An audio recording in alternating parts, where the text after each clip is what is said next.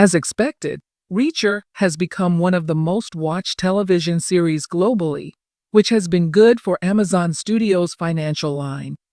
Perhaps even more than the book's 100 million readers have been waiting impatiently for an accurate cinematic representation of the character. It's no exaggeration to claim that Alan Ritchson gives Lee Child's Jack Reacher the cinematic personification it needs. The audience unanimously thought he was a significant upgrade over Tom Cruise's performance in the two previous films. For fans, Ritchson is the perfect stature for Reacher, a mountain with the air of a man and the logic of Sherlock Holmes. In addition to her acting talents, Ritchson possesses the comedic timing necessary to portray the character's subtle, dry sense of humor. However, with the premiere of the new program comes criticism of Cruise's 2012 film Jack Reacher for his portrayal of the character. They claimed that Cruise was too small. Because his size was his defining feature, Reacher inherently emanated an air of danger and intimidation whenever he entered a room. No one was afraid of Cruise since he was just a normal-sized man.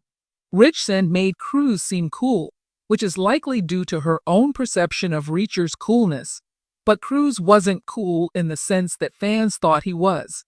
Having said that, Cruise was great.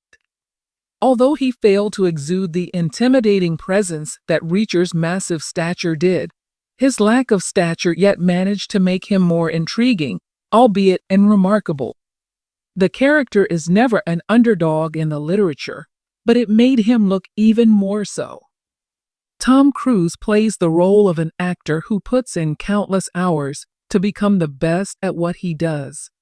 Jack Reacher, the character he plays, benefits from that trait. Hard effort appears to be the source of Cruise's Reacher's expertise and experience. Perhaps there was no Jack Reacher in Cruise that the fans noticed. They had just come across a vigilante. Whether played by Cruise or Ritchson, the cinematic and television scenes in which Reacher discusses his thought process and the reasoning behind his assumptions feel the same.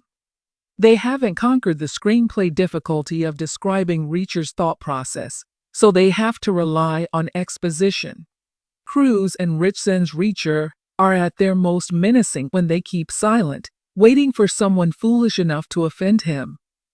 Reacher portrays men of average height as being foolish and even suicidal when they threaten Ritchson's and the books.